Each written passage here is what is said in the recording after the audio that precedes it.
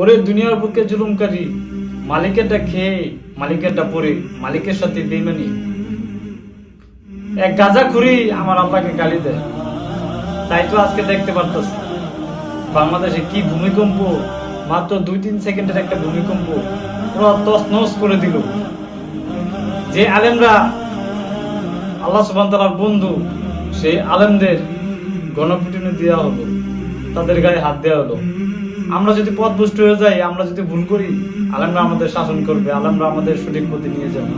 আজকে সেই আলেমদের গায়ে কিছু নাদান বাহিনী, কিছু জাহেল বাহিনী, কিছু মূর্খ বাহিনী তাদের গায়ে হাত দেয়। তাই তো আল্লাহ সুবহানাহু ওয়া তাআলা দেখাচ্ছেন বাংলাদেশের কি অবস্থা।